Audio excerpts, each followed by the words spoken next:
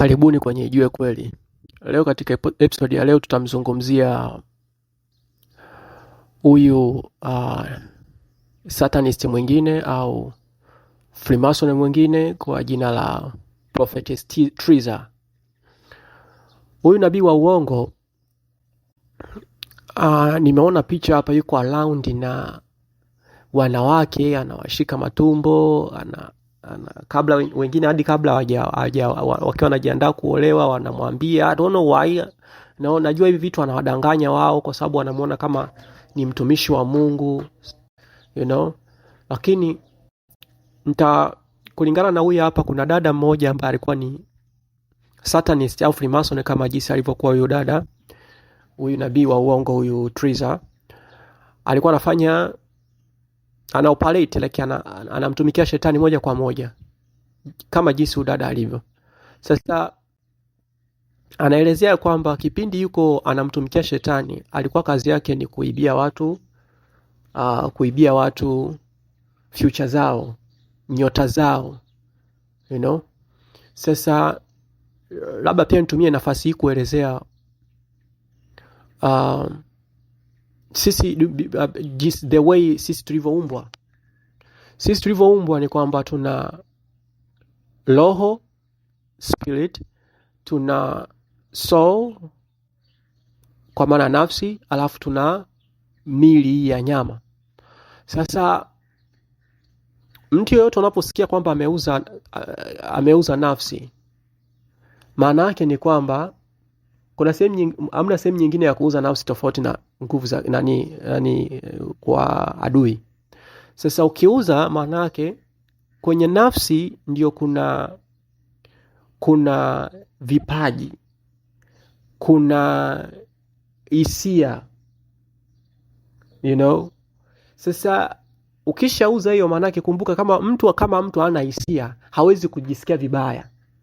Kama mtu hana hisia hawezi kujisikia vibaya akiona mtu amekufa, akiona damu inatoka, hawezi kujisikia vibaya kwa sababu hana. Ni kama vile ufananishe na remote. Mtu akiwa na remote sasa ana control TV. Sasa chukulia TV kama ndio mwili. Sasa remote ndio nafsi. Kwa hana huruma hata kidogo. Kumbuka shetani hana nani yoyote na mwanadamu.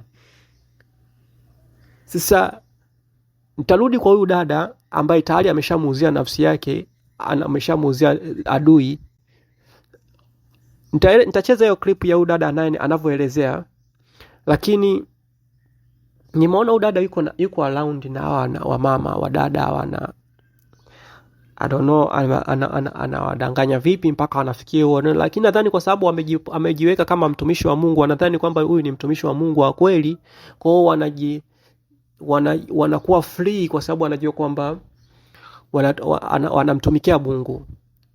Sasa kulingana na huyu dada ni kwamba the way alivyokuwa anafanya hiyo kazi ya shetani ni kwamba alikuwa anaenda makanisani. Kanisani kazi yake kubwa ilikuwa ni kukusa tu, kwa sababu tayari ana spirit, ana roho ya shetani ndani yake. Kazi yake ilikuwa ni kugusa tu ile tumbo. Akigusa tu ile tumbo, basi kazi yake imeisha. Shetani atafanya kazi vyovyote anavyotaka. Kwa hiyo atakuja sasa, ndio tunakuja kwenye ile John 10:10. Ataleta nini sasa baada ya kukuibia?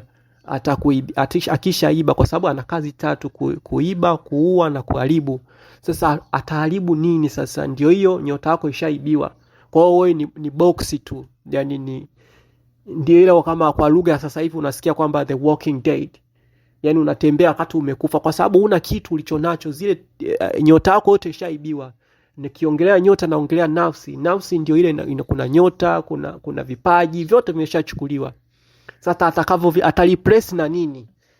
Yaani baada ya kuiba hivyo atalipress na nini? Atalipress na ugonjwa, atalipress na umaskini, So nimeona ni muhimu kulingana na kumbuka hana hisia. Hisia zake hazipo, hisia zake zinakontroliwa na nguvu za giza ambao ndio roho ana. Kwa hiyo hawezi kukuonea wewe huruma. Wewe kwake inaonekana ni pesa. Let me tell you, I'm telling you about this church because I worked with this church. and how I would work with this church. I told you about that jinn spirit sending me. Whenever they would take me, the demons would take me out of my body. They would occupy my body. So I would go to church full with evil spirits. And as I told you that they are not so much interested in we the adults, because we are past them. Our generation is going away. They are interested in the incoming generation.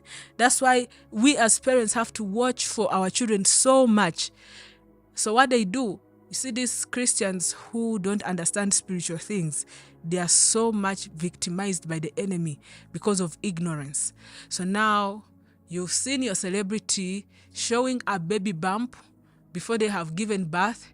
You also go for a photo shoot, you put your baby bump outside.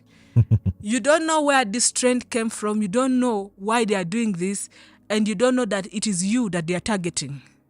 So when you put yourself out, you're half naked, the baby bump is out. You don't know that you're exposing yourself. I've seen there's a celebrity. There are two celebrities who show their baby bumps. And one, the baby died at birth. The other, she miscarried.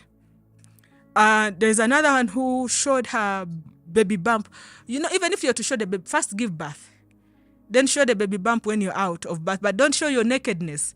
You can be in a dress, people will know that you're pregnant. There's another celebrity on TikTok, a TikToker. She went for a photo shoot, showed her baby bump, and then she died 2 weeks after giving birth. There's a Facebook lady, an influencer. She died giving birth to her 5th born because she showed her baby bump. So what happens is this, because the demons would enter my body, and I go to these churches, and I told you the foundation of these churches. Now, my target was this, even in those churches where there are those things, there are people who are genuinely seeking God. They have no idea what their pastors are doing. So they are genuinely seeking God. All I needed to do was to look at the pregnant women in the church, and the demons would send me. Remember, it is not me, because I'm out of my body. The soul that has the will, the emotion to feel bad, and the intellect to think that, no, I should not do this, has been taken. And now the demon, the jinn, has entered. Yes, it has my body. I would go, greet them, in church, how people love hugging. Oh, congratulations. Thank you. I wanted just the umbilical cord.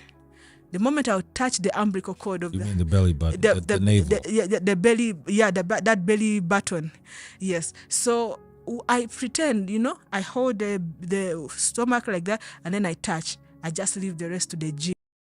Okay, alama nyingine nitakayozungumzia ni pentagram. So pentagram hii nimeitoa kwenye post ile ambayo alikuwa anawatunukia tuzo wafanyakazi wake. So pentagram au hexagram ni muhimu sana kwenye ulimwengu wa giza.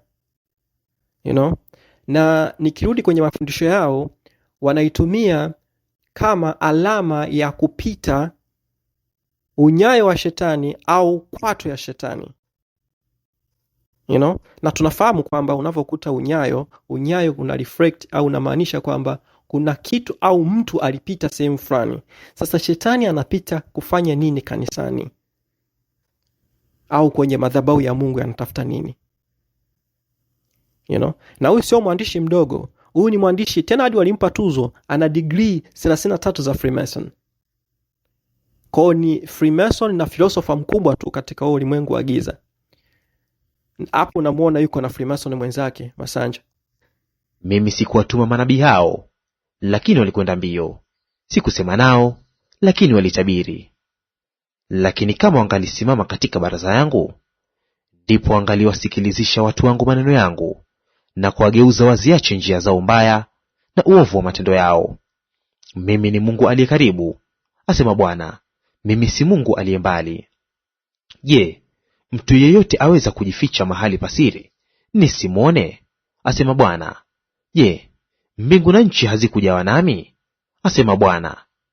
Nimesikia walioyasema manabii wanaotabiri uongo kwa jina langu, wakisema, nimeota ndoto, nimeota ndoto.